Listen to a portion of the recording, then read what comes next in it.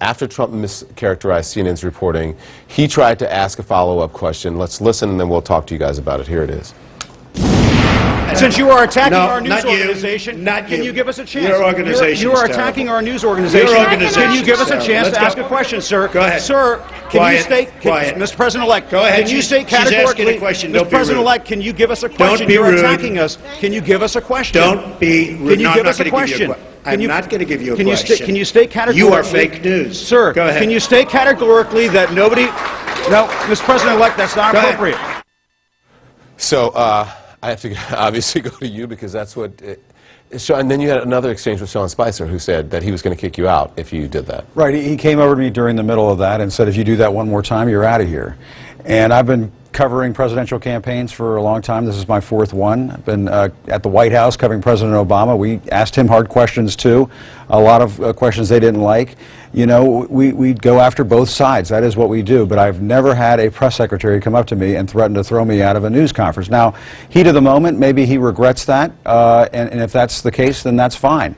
But, you know, listen, we're not going anywhere, Don. We're going to do our jobs. This is what we're going to do. And, you know, the story is not about us. As I like to say, people don't care about us.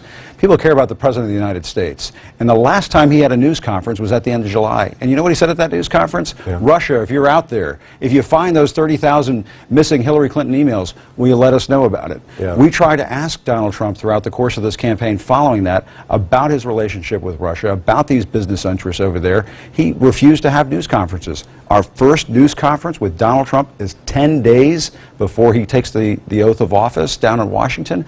That's outrageous, and it's not in keeping with tradition. Tradition is presidents, when they're elected, they hold news conferences, they talk to us, they answer questions about what's going on during this transition of power. That's what makes American democracy so special, Don. You have a president leave, you have a new one come in.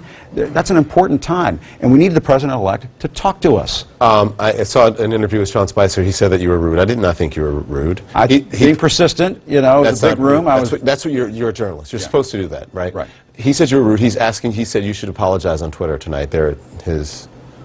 Well, have you read that? I will not take him up on that. Listen, I don't think I owe anybody an apology. I think I was doing my job, and you know, we're going to go out there and we're going to do it again tomorrow. I would like to have a good relationship with Sean Spicer. I think he's a good guy. I've dealt with him for several years now. I like Kellyanne Conway. I've dealt with her for many years now. I'm not going to call them names. And you know, listen, let's try to figure out a way to have a good working relationship when they move into the White House, because listen, you know, when times are tough, there's a terrorist attack, if there's a natural disaster, the White House is going to want to come to the news media and say, hey, listen, we need some time to talk to the nation. We've got to have a good working relationship in addition to having the opportunity to ask the president hard questions. Yeah. Thank you all. I appreciate it. Thanks, Jim Sciutto. Thank you, Brian. You. Thank you, Jim Acosta. Up next, Donald Trump finally admits that Russia was behind the hacking of the election, but he's still offering warm words about Russian President Vladimir Putin.